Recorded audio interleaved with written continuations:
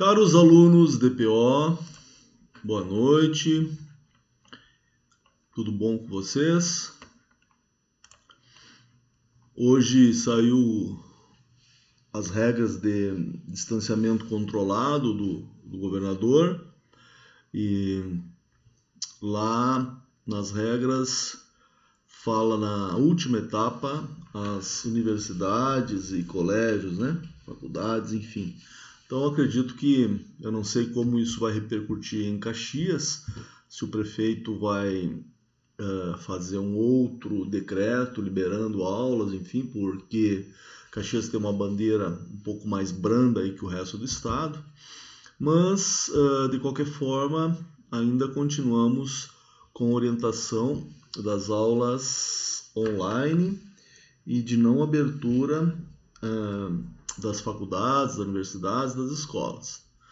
Então vamos avançando aí no nosso conteúdo, dentro daquele feedback aí que eu peguei de vocês no último bate-papo, na última live onde nós conversamos um pouco sobre a estrutura das aulas. A maioria comentou que dessa forma, colocando o PowerPoint, comentando o PowerPoint e já fazendo um exercício de fixação, era uma forma bacana de nós darmos andamento na disciplina. Então hoje nós vamos para o 8º tópico, que é o gerenciamento da qualidade do projeto. Ele inclui processos e atividades da organização que determinam as políticas da qualidade, os objetivos e responsabilidades, de modo que o projeto satisfaça as necessidades para as quais ele foi empreendido. Então, nós conversamos já em diversos encontros que um projeto ele tem 3 grandes entregas. Cumprir o cronograma, isso é, ser entregue no tempo previsto, não estourar o orçamento, então usar os recursos que foram planejados para o projeto,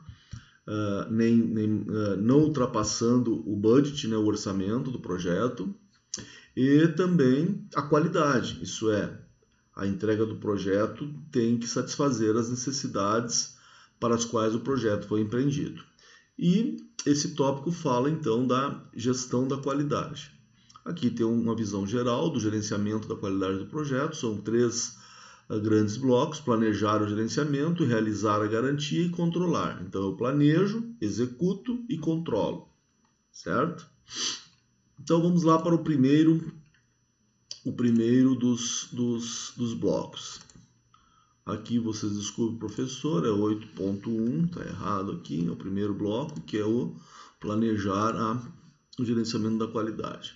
Então, as entradas, novamente eu tenho os fatores ambientais da empresa, que é a cultura, né? Como a empresa atua no seu mercado, a cultura empresarial, como a empresa faz negócio, os ativos, que são as experiências anteriores que a empresa já teve em outros projetos ou em outras atividades semelhantes, a documentação dos requisitos. Então eu preciso, para planejar a qualidade, eu tenho que saber o que eu estou querendo de requisitos da qualidade. Registro dos riscos, quais os riscos do projeto, quem são os interessados e o plano geral do projeto. Aqui nós temos as ferramentas e técnicas. As reuniões aparecem novamente, então as reuniões, vocês viram que ela aparece ao longo de todo o projeto, então são partes importantes, parte importante das ferramentas, as reuniões sistêmicas, agendadas, reuniões com hora para começar, hora para terminar, com pauta, com ata e com plano de ação, com os convidados já levando os materiais que são solicitados para a reunião, tá? O benchmarking, que é estudar outros projetos que já tenham sido realizados pela empresa atual ou mesmo por outras empresas, para aprender o que deu certo e o que deu errado. Análise de custo-benefício, nós vamos dar uma olhada aqui para frente. Custo da qualidade também, e as 7 ferramentas básicas da qualidade. Então nós vamos também focar nas 7 ferramentas. Hoje eu quero ver se apresento 3 das ferramentas básicas. Como saídas, o que eu espero? Novamente, toda a atualização dos documentos do projeto. Cada vez que eu faço uma inferência dentro do projeto e gero mudanças, eu tenho que ir lá e atualizar os documentos do projeto. Uma lista de verificação da qualidade, o que eu estou, um checklist, o que eu tenho que realmente observar nas questões de qualidade, as métricas, quais os indicadores, quais os números que eu vou controlar no projeto, um plano de melhoria e o plano de gerenciamento da qualidade. Então aqui fala um pouco da análise de custo-benefício, tá? E o custo da qualidade. Então no quadro 1 vocês veem que a qualidade ela não se faz sem custo. Então eu tenho toda uma parte preventiva, né, da qualidade, que é o treinamento, documentar processos, equipamentos, aferição de equipamentos, tempo para executar de maneira correta. São todas ações de prevenção de custos. Custos de avaliação, eu tenho que testar. Depois que eu executei aqui, né, eu tenho que testar, eu tenho que fazer, às vezes, teste destrutivo, eu tenho o custo das inspeções. Então, por exemplo, lá no nosso laboratório metalúrgico, não tem como eu saber se a peça está boa ou ruim se eu não cortá-la. Então, a cada X tempo eu tenho que cortar uma peça, ou para aprovar o setup de uma máquina, cortar para ver se a parte interna metalúrgica da peça está boa. Então, ensaios destrutivos. Então, tem um custo aí. Porém, quando nós olhamos o quadro 2, nós temos os custos das falhas internas, que é o retrabalho e a sucata, o descarte, e temos os custos de falhas externas, responsabilidades, trabalho de garantia, perda de negócios. São as falhas encontradas pelo cliente, aquelas falhas que furaram os meus controles internos e acabaram saindo dos portões da empresa. Quando nós analisamos esses dois quadros em termos de custo, apesar do primeiro quadro ter uma série de custos embutidos em todos esses processos de treinamento, documentação e padronização de processos, aferição e manutenção preventiva dos equipamentos, o tempo das atividades, um trabalho padrão das atividades para executar de maneira certa, testes, auditorias, avaliações, inspeções. Apesar de todos esses custos presentes nesse quadro 1, quando nós vamos para o quadro 2, nós vemos que os custos da não qualidade são muito maiores do que os custos da prevenção, os custos gerados nas ações preventivas em relação à qualidade, ok? Então essa é uma análise de custo-benefício. É muito melhor nós atuarmos na prevenção do que depois na correção, na mitigação dos problemas. Então vocês veem muitas vezes na televisão, aí uma série de campanhas de recall, né? A indústria automotiva é muito presente aí nos recalls, né, que são chamar todos os compradores, os clientes que compraram uma série X do automóvel tal para substituir uma peça, né? Então, vocês imaginam o custo que gera isso para a empresa, tá? Além, perda de negócios, além de todos os custos inerentes a uma campanha de campo, você tem uma perda da sua imagem de empresa séria, de empresa idônea, de empresa que cuida dos seus processos, tá? Então, as 7 ferramentas básicas da qualidade, nós vamos ver algumas, tá? Como o gráfico de Pareto, como as folhas de verificação, como o brainstorm, que aparece aqui, tá?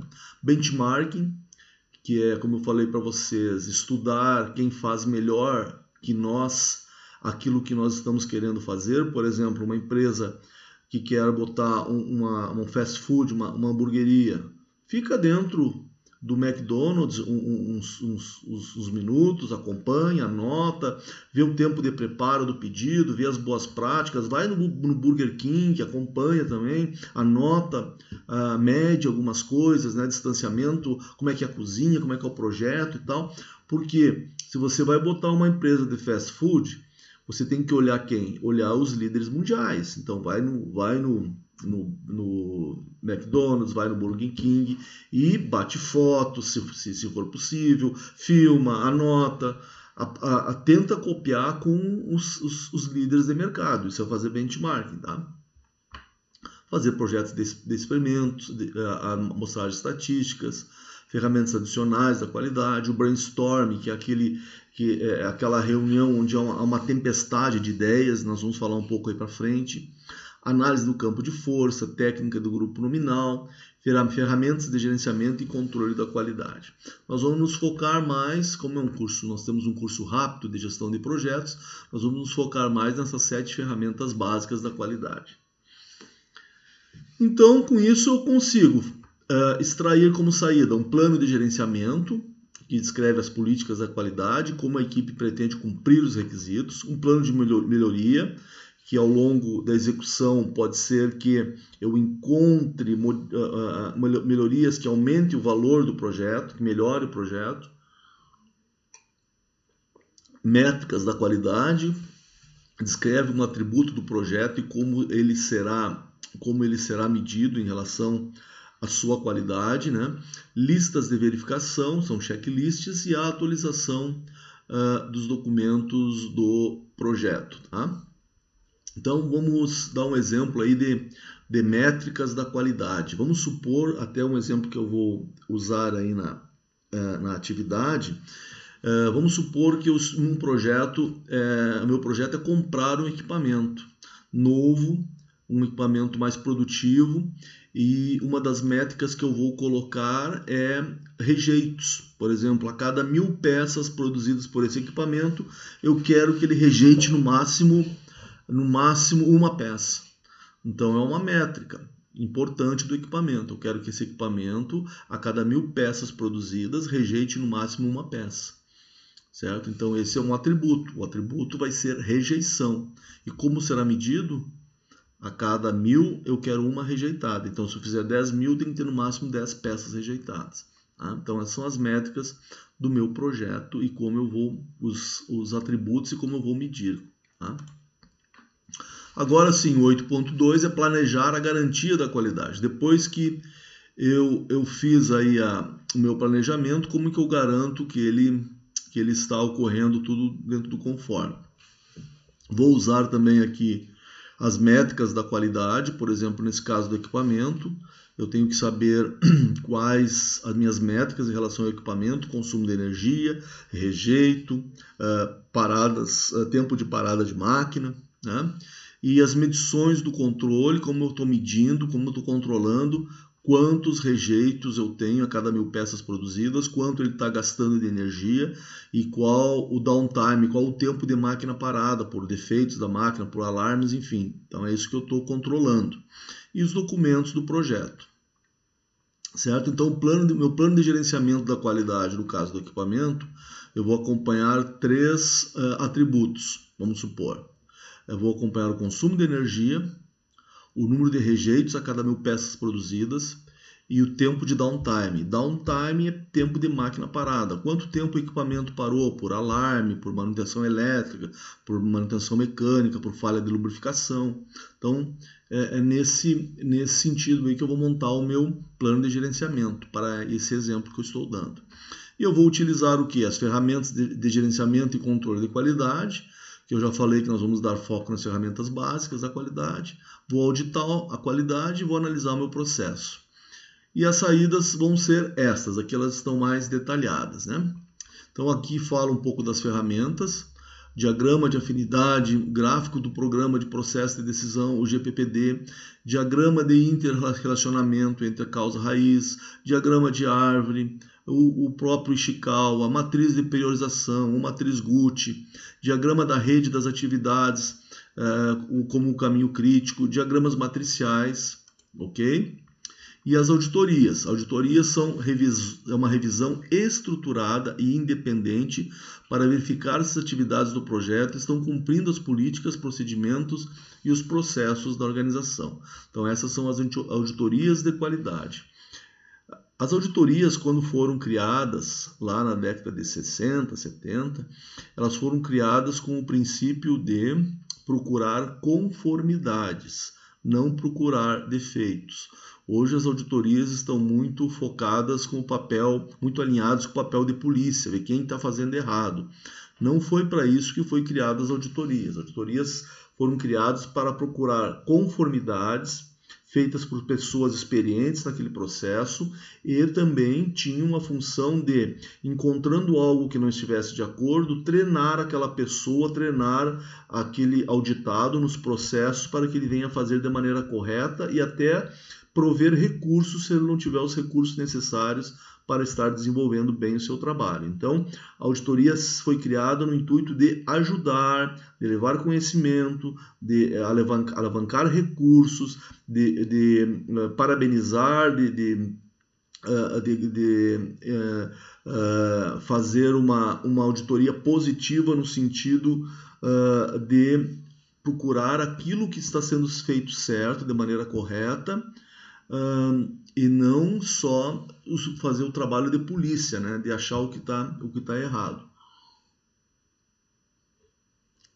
Então hoje ela pegou um pouco desse jeitão aí de auditorias para pegar o que está sendo feito errado e punir as pessoas, ao invés de procurar as conformidades, né, e celebrar junto com a pessoa que está fazendo atividade o seu bom desempenho naquela função. Tá? Uma boa auditoria deve identificar todas as boas e melhores práticas que estão sendo implementadas. Então, às vezes, as pessoas, pelo passar do tempo naquela função, naquele posto de trabalho, pela sua dedicação,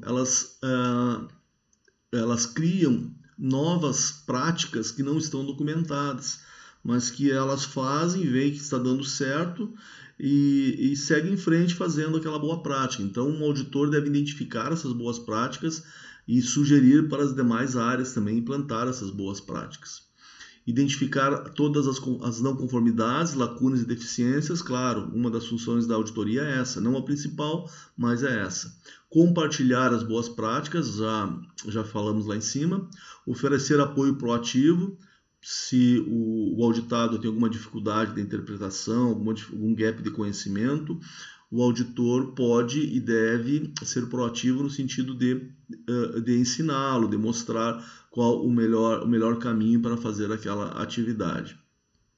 E, ao mesmo tempo, atualizar o repositório de lições aprendidas, né, da organização a cada auditoria. Cada auditoria que se faz, ela tem um custo, então ela tem que agregar alguma coisa para a empresa. Então, tudo que eu descubro na auditoria de positivo, eu vou adicionando aí no portfólio de conhecimentos, aí, de lições aprendidas da organização. Tá? Eu vou colocando ela essas boas práticas nos ativos dos processos organizacionais da empresa, as boas práticas. E os problemas eu procuro corrigir de maneira proativa, enfim, como fala o Cortella, né? O bom líder, ele deve corrigir, ensinar sem humilhar, e deve repreender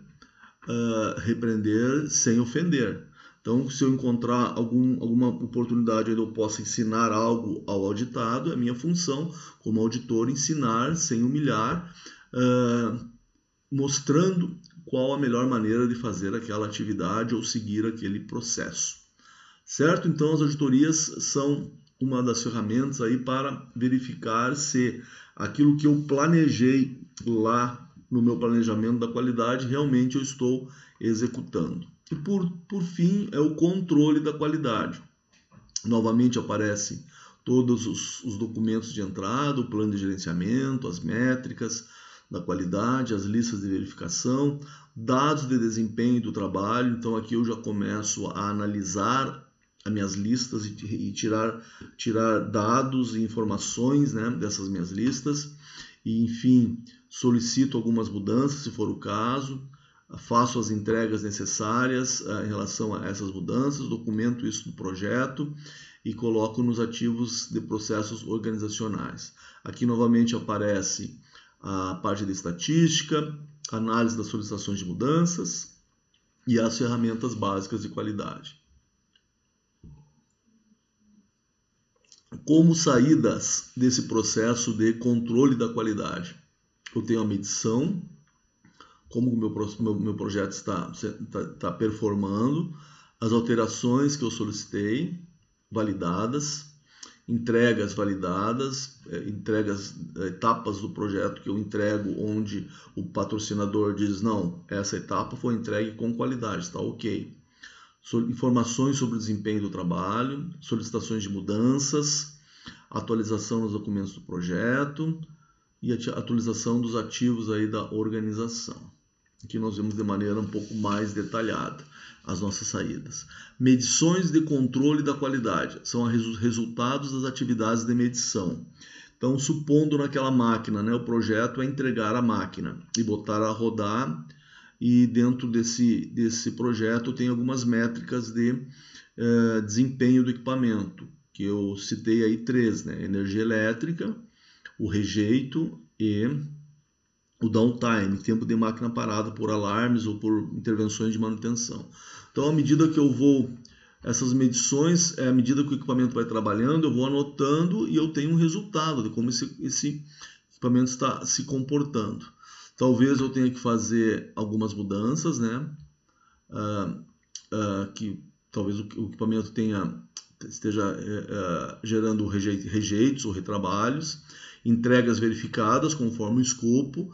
Nesse escopo da compra do equipamento estava bem descrito quanto ele ia consumir de energia ao longo do seu trabalho, então eu vou lá e verifico se ele está consumindo realmente aquilo que o projeto inicial da compra previu que ia haver o consumo de energia. Informações sobre desempenho, causa da rejeição, quais os retrabalhos que foram exigidos, ajustes no processo. Vamos supor que aqui eu identifique que eu tenho um problema na minha instalação elétrica, por isso que o equipamento não está performando da melhor maneira. Então eu tenho que fazer um ajuste aí no meu projeto, solicitar uma mudança de ação corretiva e preventiva na linha elétrica para o equipamento performar de acordo com como está no manual do fabricante. Atualizo essa mudança da rede elétrica no meu plano de gerenciamento do projeto, atualizo isso nos documentos do projeto, nas melhorias, coloco o custo, tudo direitinho, quanto vai custar essa nova adequação, e atualizo isso nos padrões de ativos organizacionais. A próxima vez que eu for comprar esse equipamento, eu já sei que eu tenho que ter uma linha de força, de energia padronizada de tal maneira que o equipamento possa performar da maneira como o fabricante indica. Tá? Então, dessa forma aí eu faço o controle de qualidade do meu projeto. São ferramentas que me auxiliam no gerenciamento da qualidade do projeto. Eu vou colocar uma atividade para vocês, onde nós vamos começar a praticar aí as ferramentas básicas da qualidade. Então, por exemplo, aqui, como eu vinha falando, de uma máquina, né? O projeto da empresa era trazer uma grande máquina que vai fazer a extrusão de bobinas de PVC, de plástico, aquele plástico que faz sacos, né? Então ela está comprando equipamento, provavelmente um equipamento importado, de grande porte, com um valor muito elevado para a organização, e a empresa fez um esforço financeiro bastante considerado aí na questão considerável na questão aí da aquisição desse equipamento, e você é o encarregado de entregar esse equipamento funcionando. Tá?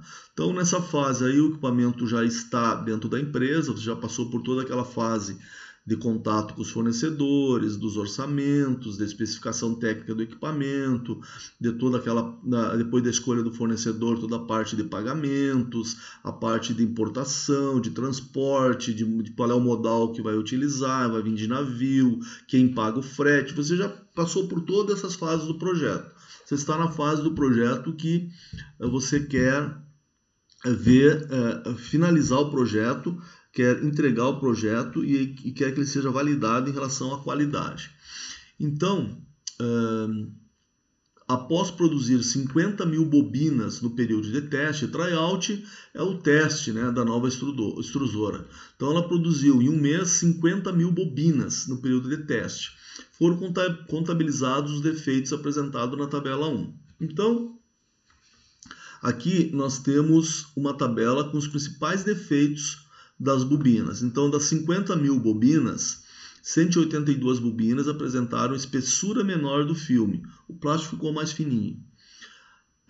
130 bobinas houve aderência, então o plástico grudou uma camada na outra e a bobina acabou sendo perdida. 67 bobinas ficaram opacas, não ficaram translúcidas, o plástico não ficou transparente, ele ficou com aquele aspecto leitoso. 43 bobinas, o plástico ficou mais espesso. Diferente dessa espessura menor, ele ficou com uma espessura maior. A granulometria do plástico, a espessura da bobina ficou maior. Então, refugou 43 bobinas. 30 bobinas teve problema na largura. Ela oscilou a largura da bobina. 19 outros problemas. São vários problemas que foram agrupados em outros. 9 são grumos, como se fossem sujidades dentro do plástico. E 5 apresentaram furos, microfuros no filme, certo? Faça um gráfico de Pareto. Pareto, então, é uma das ferramentas da qualidade. Nós vamos ver como se faz um gráfico de Pareto, que represente os defeitos encontrados no layout do equipamento. Então, o que eu estou pedindo aqui? Para nós fazer um gráfico desses defeitos, onde eu possa ter uma gestão visual, bater o olho e ver qual os problemas que estão impactando no sucesso do meu projeto. Um dos marcos do projeto é a empresa atingir níveis de qualidade 6 Sigma.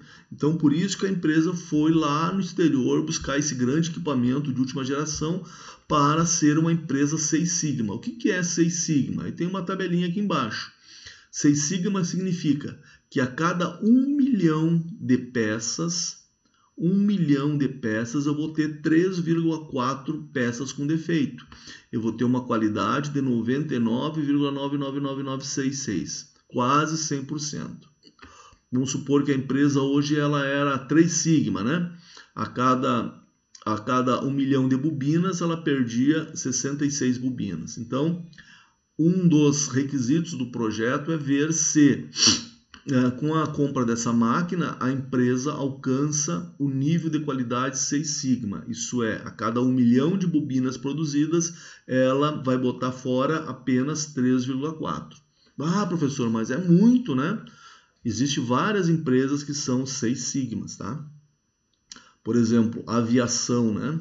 Se nós somarmos todos os voos, todos os voos que acontecem no mundo e ver as quedas de avião, a aviação é 6 Sigma.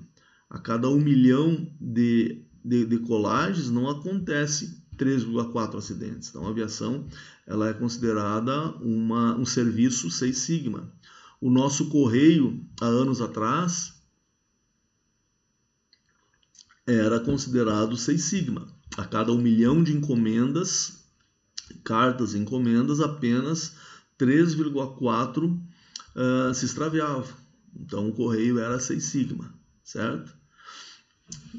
Então, esse é um dos marcos do projeto. A empresa quer que, ao comprar esse equipamento, ele realmente forneça esse nível aqui de qualidade. A cada 1 milhão, 3,4, certo? E a última, se a empresa resolver na causa raiz os defeitos direcionados pelo gráfico de Pareto, vai atingir seu objetivo? Qual o objetivo? O objetivo de ser 6 Sigma, certo? De ter o nível de qualidade 6 Sigma. 6 Sigma foi uma metodologia criada na Motorola nos anos 80. E essa metodologia ela foi sendo difundida por todas as grandes companhias e hoje ela está implantada em diversas empresas aí mundo afora. Ela tem toda uma metodologia de como você atingir os 6 Sigma, né? De cada 1 milhão de peças você ter apenas 3,4% de rejeitos. Então tem toda a parte de treinamento, os black belts, os yellow belts, os green belts, toda a parte de treinamento das pessoas, nas ferramentas de estatística. Ela é muito baseada em estatísticas, em dados, em saber extrair as informações dos dados através de técnicas estatísticas e muito fundamentada na técnica de resolução de problemas. É muito fácil você pegar uma empresa que tem problemas de qualidade e dar aquele primeiro choque na empresa e ela melhora bastante. Mas depois, para você chegar a um nível de qualidade desse, são pequenas melhorias incrementais no dia a dia. É muito difícil essa caminhada dos 6 sigmas, tá? Mas as empresas que vão por esse caminho colhem bons frutos, porque por mais que você gaste muito aí para chegar nesse nível de qualidade, depois você colhe os resultados aí com um baixo nível de rejeitos que você tem no seu projeto. Então, o que eu preciso de vocês aqui? Que vocês usem a ferramenta do Pareto. O que é o Pareto? O Pareto nada mais é do que uma ferramenta que direciona aonde nós vamos dar foco. Vilfredo Pareto era um economista italiano e ele percebeu que 80% da riqueza de Veneza estava com 20% das pessoas. E ele criou a lei do 80-20, que depois Deming e Juran levaram para o Japão e fizeram uso dela durante aí a revolução da qualidade que eles promoveram no Japão pós-guerra. Então eles falam que 80% dos rejeitos são originados por 20% das causas. A mesma coisa, fazendo uma metáfora, na nossa administração doméstica, se você pegar assim 80% dos custos da nossa vida, eles são causados por 20%, né, dos nossos gastos em determinadas áreas. Por exemplo, você vai ver que com alimentação e moradia, talvez só com esses 2 itens, você já comprometa 80% da sua renda. E nas indústrias, nas empresas também vale essa regra do 80-20. Tá? Vilfredo Pareto também fez uma análise, isso não sei se é folclore ou não, mas conta aí a teoria. Ele olhou no jardim, ele tinha uma pequena plantação de ervilha, com meia dúzia de pezinho lá, e ele fez um estudo estatístico, viu que 80% das ervilhas que ele colhia no seu jardim vinham de 20% das vagens. Então tinha 80% de vagens que quase não dava nenhuma ervilha e 20% carregava. Então essa lei do 80-20, ela ficou famosa e conhecida como a lei de Pareto. Nada mais é do que uma forma de nos direcionar para tomar ações naquelas causas que mais impactam aquele efeito não desejado que eu quero solucionar, certo? Então, aqui até fiz um exemplo aqui para nós trabalharmos um pouco. Ó. Então, eu tenho aqui causas que eu chamei de A até H, poderia ser aqui espessura maior, espessura menor, furos, largura não padronizada, enfim, são as causas que estão me levando a um efeito indesejado. No caso do nosso exercício, o efeito indesejado é a rejeição de bobinas. Então, tem todas essas bobinas aqui rejeitadas devido a esses defeitos. Então, aqui eu tenho as causas dos defeitos e aqui o número de rejeições. E eu quero fazer um gráfico de Pareto que me mostre quais são as causas, as 20% das causas que estão impactando em 80% de problemas, certo? Então aqui eu tenho o número de rejeições e na coluna do lado eu tenho as causas das rejeições,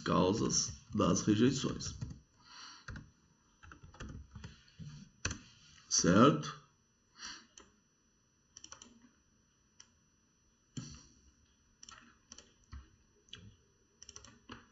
como eu tenho aqui no meu exemplo. Eu tenho os defeitos, as causas das rejeições e aqui o número de defeitos gerados, tá? E eu quero que vocês façam um gráfico de Pareto para descobrir quais causas são as maiores geradoras de defeitos, para mim dar foco nessas principais causas, que segundo Pareto deve ser 20%. Nesse nosso caso do exemplo aqui, nós temos 1, 2, 3, 4, 5, 6, 7, 8 causas, né? Então, 20% de 8, 8 vezes 0,2, eu devo ter duas causas, aqui deu 1,6, arredondando, eu devo ter duas causas dentre todas essas 8 que estão gerando 80% dos meus defeitos. Se a lei de Pareto 80-20 estiver correta, eu devo ter duas causas principais que geram 80% das rejeições. E é nelas que eu vou atacar. Então, é isso que o Pareto me dá. Ele me dá um direcionamento aonde que eu tenho que atacar. Aqui fica até mais visual, né? Quais as principais causas. Porém, numa situação onde eu tenho 15, 20 rejeitos, fica difícil analisar tabelas. É muito mais fácil analisar um gráfico, mesmo caso o gráfico de Gantt. No cronograma fica muito mais tranquilo eu analisar um gráfico, fazer uma gestão visual, do que estar analisando tabelas. Então vamos lá, vamos fazer um gráfico de Pareto utilizando esses dados. Vocês vão fazer a mesma coisa utilizando os dados do problema. Faça um gráfico de Pareto que represente os defeitos encontrados no tryout da máquina. Então como se faz? Primeiro eu somo o número das rejeições. Venho aqui, marco todas elas e vou aqui na somatório. Eu tenho 188 rejeições. Outra maneira de eu fazer isso, utilizando Excel, é eu abrir uma célula, botar igual, soma. Apareceu o soma aqui, tá vendo? Clico duas vezes em cima da soma. Abriu o parênteses, estão vendo o parênteses aberto? Eu venho e dou Enter.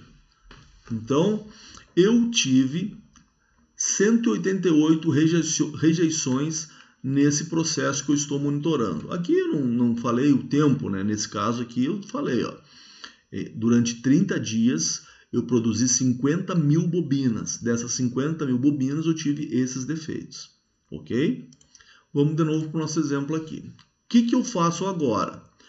Eu vou calcular o percentual de rejeições.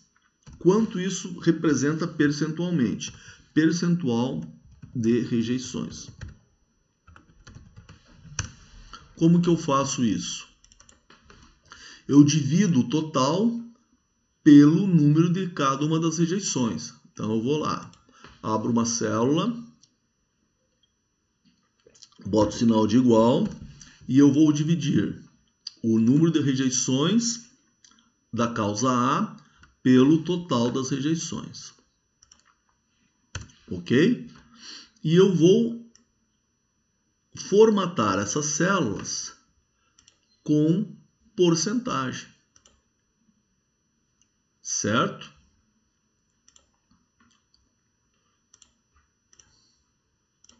Vou botar uma casa depois da vírgula. Ok? Muito bem. Agora, se eu posso vir aqui e fazer igual esse divido por esse. Assim por diante. Ou eu posso arrastar a fórmula. Para mim arrastar a fórmula, vocês vejam que o 188 vai sempre ser constante. Todos os números de rejeições eu vou dividir por 168. Então eu tenho que travá-lo na fórmula para conseguir arrastar para todas as causas de rejeições. Como é que eu travo? Eu venho aqui, ó, na barra de fórmula, boto um cifrão antes do F e boto um cifrão depois do F. Eu travo a coluna F, ok?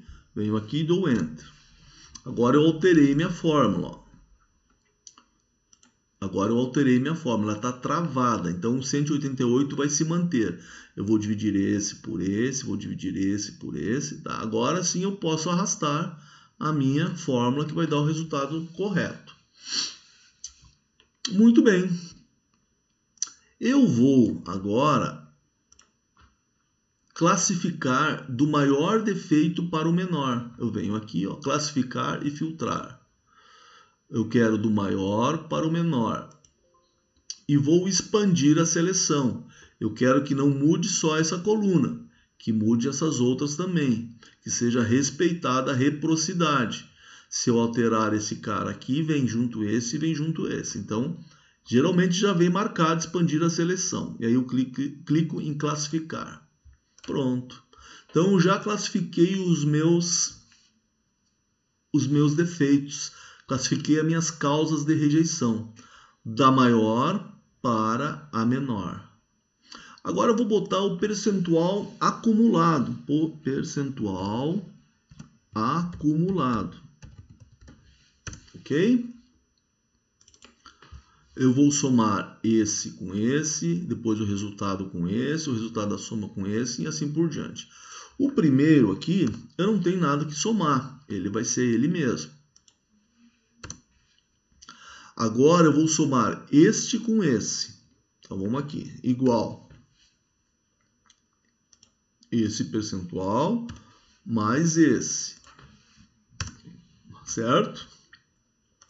E agora sim eu posso arrastar a fórmula. Vai ter que chegar no 100%. Eu estou somando esse com esse, depois o resultado eu somo com esse, o resultado eu somo com esse. Eu vou acumulando os percentuais. Certo? Então, eu tenho aqui uma tabela formada pelas causas das minhas rejeições, o número de cada uma das rejeições relativa às causas, já classificada do maior para o menor, viu que ele mudou aqui a sequência das causas. Aí eu faço o percentual, que nada mais é dividir o número de rejeições pelo total de rejeições. Tá? Lembrando sempre que eu tenho que travar o 188, eu travo a coluna F, colocando 2 cifrões, e depois eu faço a soma do percentual acumulado, somando esse com esse, depois esse com esse, esse com esse, esse com esse, e assim por diante. Muito bem. Agora eu já posso pensar em fazer o gráfico. Só tem um probleminha. Eu vou precisar, na verdade, dessas 3 colunas para fazer o gráfico. Essa, essa e essa. Então, eu quero que essa aqui fique ao lado do número de rejeitos. O percentual acumulado fica ao lado do número de rejeições. Como é que eu faço? Eu marco essa coluna, clico com o lado direito do mouse e vou em recortar. Onde que eu quero que ela venha? Eu quero que ela venha aqui. Então, eu marco aqui. Agora, clico com o botão direito do mouse e vou inserir células recortadas. Então, eu recortei e depois inseri, certo? Então, eu já tenho as 3 colunas, uma ao lado da outra. As 3 colunas que eu preciso. Essa aqui não vou precisar.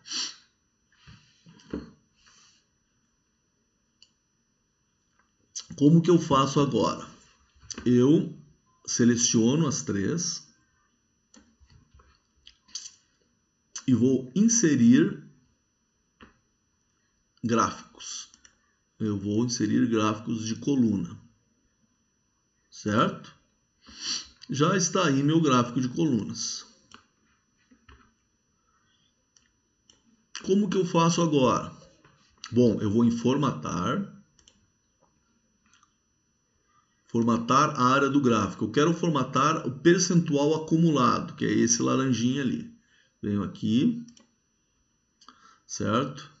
Ele já marcou o percentual acumulado, ó, já marcou as laranjinhas. Eu venho formatar a seleção, ele já está selecionado. A seleção é isso aqui, ó, é esses pontinhos azul. Formatar a seleção. Ele vai abrir uma janela aqui, eu vou passar o percentual acumulado para o eixo secundário. Ok.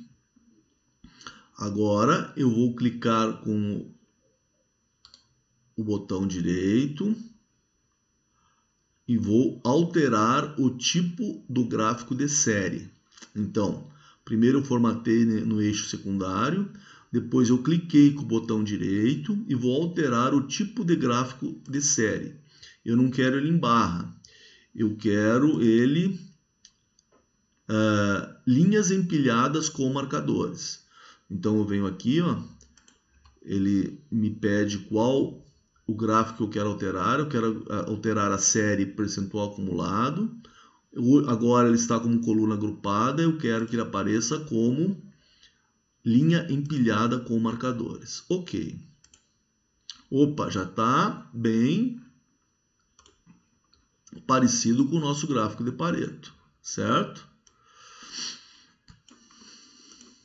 Eu posso alterar os eixos, tá? Normalmente aqui nesse eixo a gente usa o total das rejeições. Eu tive 188 rejeições. Então eu venho aqui, clico em cima do eixo, aí vou com o botão direito do mouse e vou formatar eixo. Aqui no mínimo e no máximo eu quero que ele tenha as 188 falhas, certo? Muito bem. Aqui eu quero que ele vá de 0 a 100%, ele está indo de 0 a 120. Então eu clico aqui com o botão esquerdo. Agora eu quero formatar esse eixo. Eu quero que ele termine no máximo em 100%, 6% é 1. Então eu tiro, boto 1 aqui. Ó, já alterei o gráfico, ok?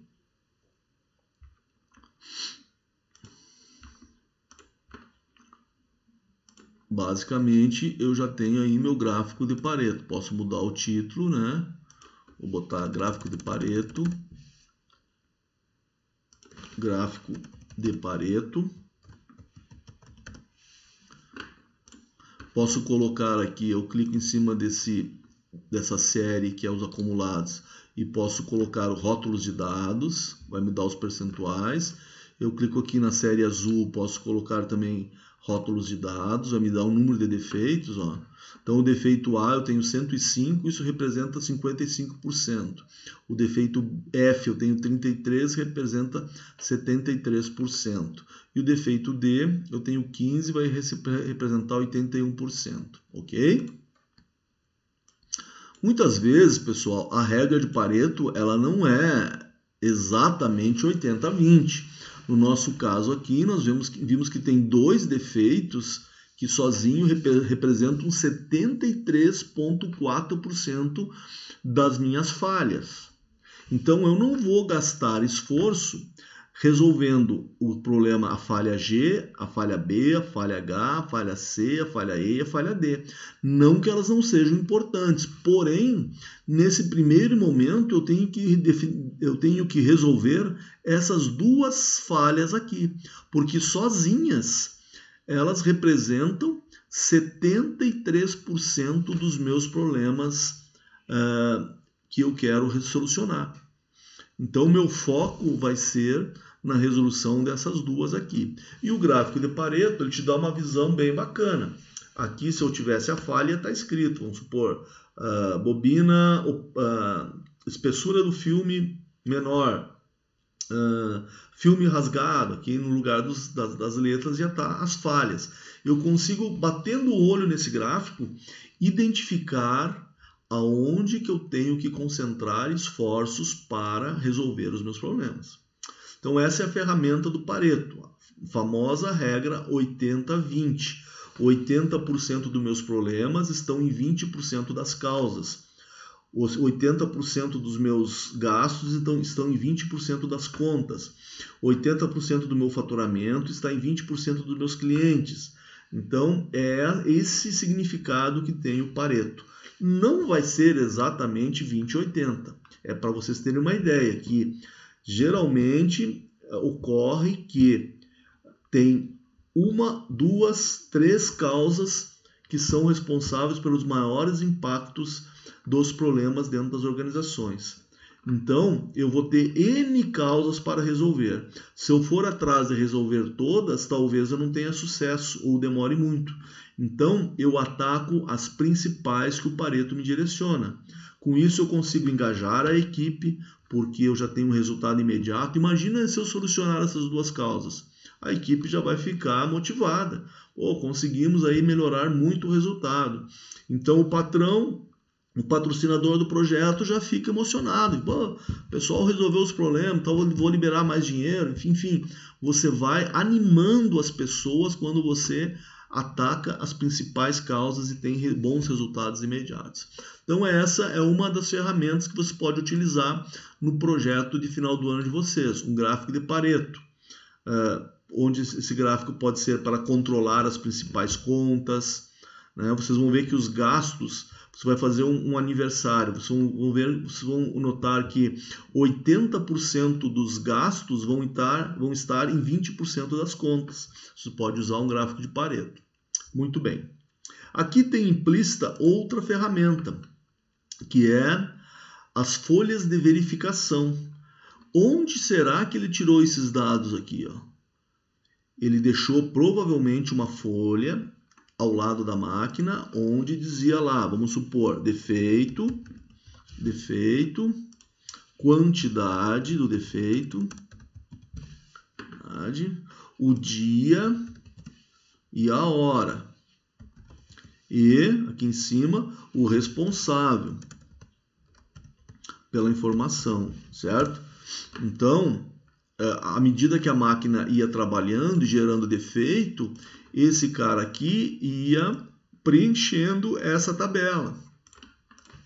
Então, a folha de verificação nada mais é do que um local apropriado onde eu vou anotar os dados que são importantes para mim. Então, por exemplo, se eu vou fazer um projeto de uma viagem, eu posso fazer uma folha de verificação quando eu estiver lá no local, onde eu vou colocar aqui os gastos que eu estou realizando no dia a dia, em que categoria eles se enquadram, se é alimentação, se é entretenimento, se é outros, se é, enfim, classifico os gastos em 4, 5 grandes grupos, né?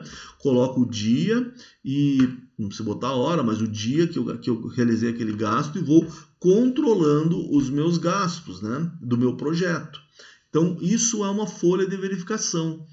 Existem N padrões aí na internet, mas cada projeto, cada situação exige uma folha de verificação para anotar algo que seja relevante, dados que sejam relevantes, mas não escapa muito disso, né? Quem é o responsável pelos dados, o dia em que aquilo foi gerado, qual hora, qual a quantidade e qual o tipo de anotação que eu estou fazendo, se é defeito, se é gasto, enfim. Então, são as folhas de verificação, é outra ferramenta básica da qualidade. Porque se não tem a folha de verificação, o que acontece? As pessoas começam, como a gente diz, a anotar em papel de pão as informações.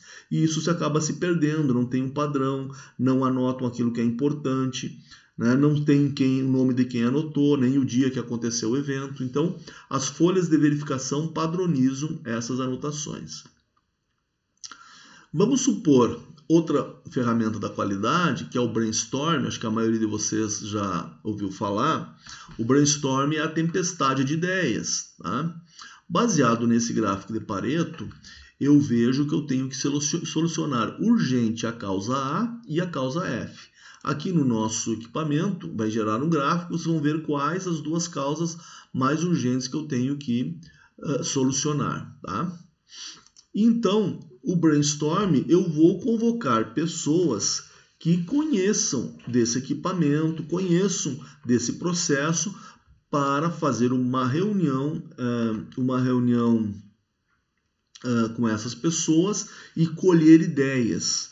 O porquê que as causas estão acontecendo, o que eu tenho que fazer para diminuir esse impacto desse problema A, por que o problema F acontece, por que ele acontece nessa frequência, por que ele acontece só naquele horário, por que ele acontece mais de dia do que de noite, a temperatura do meio ambiente influencia. Nesse brainstorm, não se tem filtro. A gente, o condutor, o líder do brainstorming, deixa as pessoas falarem livremente e vai anotando todas as ideias e todas as sugestões, mesmo que nesse primeiro momento elas não pareçam fazer sentido para aquele problema. Muitas vezes a solução de um problema está numa ideia que a princípio, no começo da discussão, pareceu até estapafúrdia. Mas depois, conforme vai estudando, vê que aquela é realmente a causa raiz do problema. Então, a função do brainstorming não é fazer filtro nas ideias, se são ideias boas, se são comentários coerentes ou pertinentes. A ideia do brainstorming é levantar todas as ideias, todas as sugestões, todos os comentários dos participantes. Quem eu convoco para o brainstorming? Quem tem algo a contribuir. Uma pessoa que não conhece nada desse processo, talvez uma pessoa que não conheça nada, mas que tenha uma boa visão de qualidade, que tenha tempo de empresa, que tenha outras competências, outras habilidades. Mas, para um brainstorming, eu tenho que convidar pessoas que estão relacionadas a esse processo. Então, aqui, nesse caso aqui, eu tenho que convocar quem para fazer um brainstorming? O operador do equipamento, o manutentor do equipamento, o engenheiro que comprou a máquina, o processista que está responsável por desenvolver o processo, um representante do fabricante, é importante ter, né?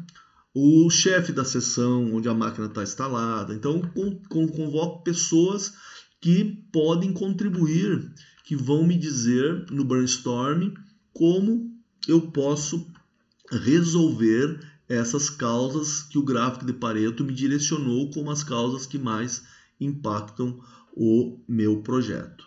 Certo, pessoal? Então, 3 ferramentinhas básicas aí da qualidade. O gráfico de Pareto, que direciona quais os principais defeitos, quais as principais causas do efeito não desejado. Sempre lembrando da regrinha de Wilfried do Pareto, de 80-20. 80% dos defeitos são gerados por 20% das causas. Tá? Aqui mostra mais ou menos isso. 73% dos defeitos são gerados apenas por 2 causas, certo?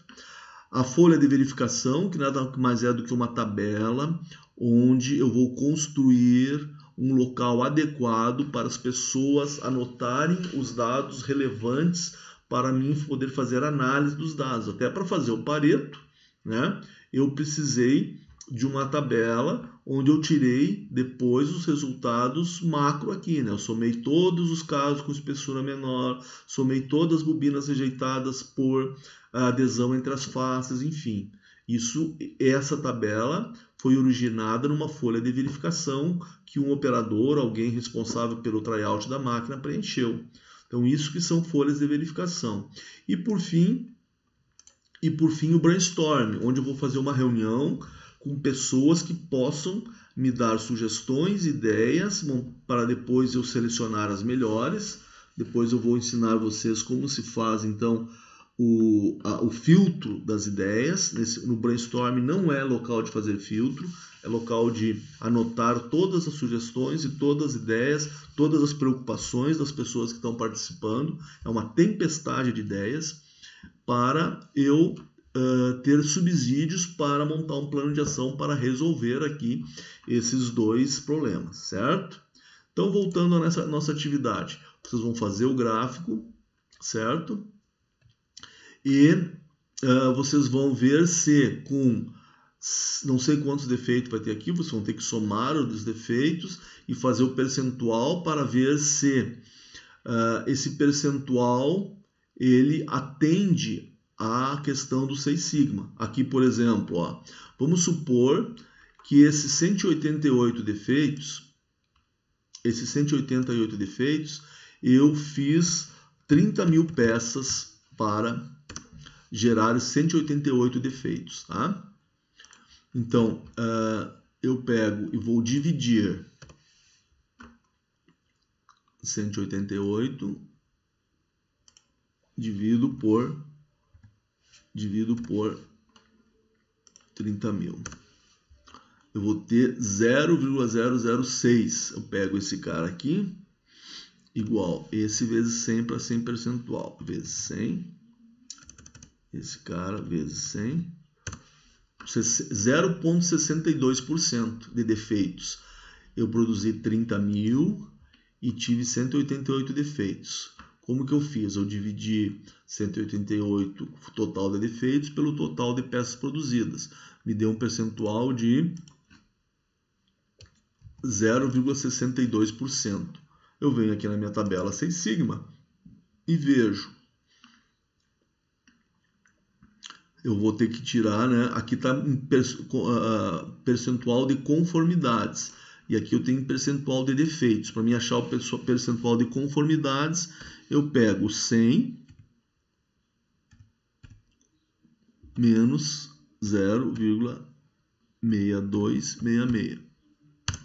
Eu vou ter um percentual de conformidade de 99,37. 99,37 pela minha tabela do 6 sigma. 99, quanto deu lá? 99,37. Ele está praticamente aqui, ó. Ele é um processo 4 sigma, né? Esse exemplo que eu dei para vocês, eu fiz 30.000 peças, das 30.000 peças eu tive 188 rejeitos. Isso me dá um percentual de 0,62% de rejeitos ou 99,37% de peças boas ou de conformidade. Se eu for na minha tabela do 6 sigma, isso indica que esse meu processo, 0,99,38, esse meu processo é 4 sigma, certo? Então é isso que vocês vão ter que fazer aqui, comparar o número de rejeitos com o total de bobinas produzidas e ver aonde que ele se enquadra dentro do nível de qualidade, se ele é 4, se ele é 5 ou se ele é 6 sigma. Lembrando que um dos marcos do projeto é a máquina atingir níveis de qualidade 6 sigma. Então vamos ver se nesse primeiro tryout ela já atingiu o nível 6 sigma.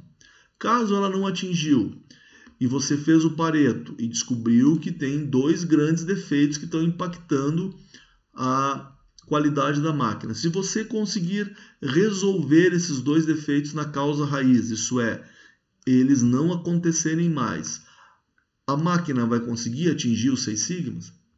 Então são 3 análises.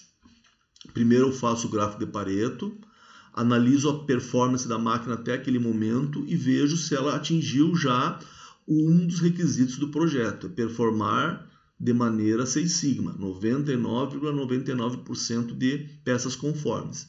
Se ela não performou ainda, se eu resolver os problemas que o Pareto direciona como os mais importantes, eliminar esse 105, eliminar esse 33, será que ela vai atingir o nível de qualidade 6 sigma? Então são essas 3 questões que vocês devem desenvolver nesse exercício com as ferramentas de qualidade, tá? Vou botar aqui Pareto, mas nós falamos também de brainstorm, nós vamos voltar a falar, e falamos de as fichas, né, as folhas de verificação.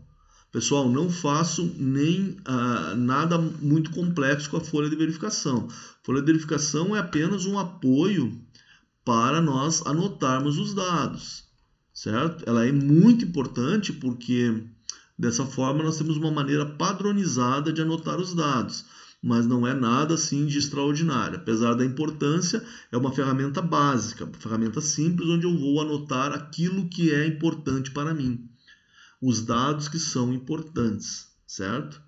Geralmente os processos rodam mais que um turno, às vezes 24 horas por dia, então é importante saber que dia que aconteceu o evento, qual horas, com qual operador. É sempre o mesmo operador que dá defeito? Opa, então aí tem um dado que vai aparecer no brainstorm, né?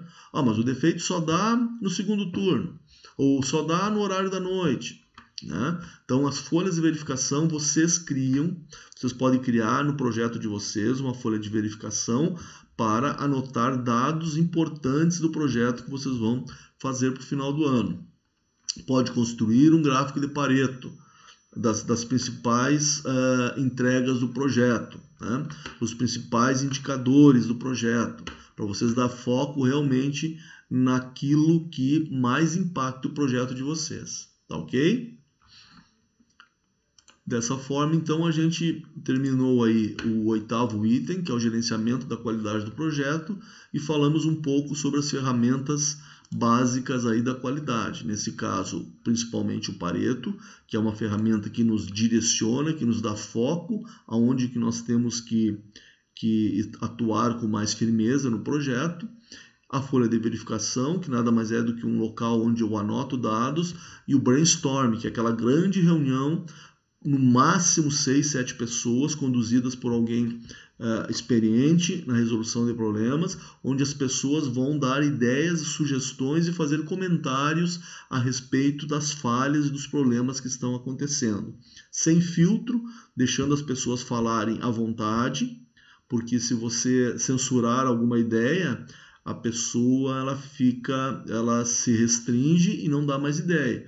E acaba também fazendo com que os demais participantes também recuem. Então não é o momento de criticar nenhuma ideia. Anota todas para no segundo momento fazer o filtro das ideias e dos comentários mais relevantes sobre o problema, para depois montar uma matriz de priorização, para montar um plano de ação em cima daquelas causas que realmente mais impactam o andamento ou a qualidade do projeto. Obrigado!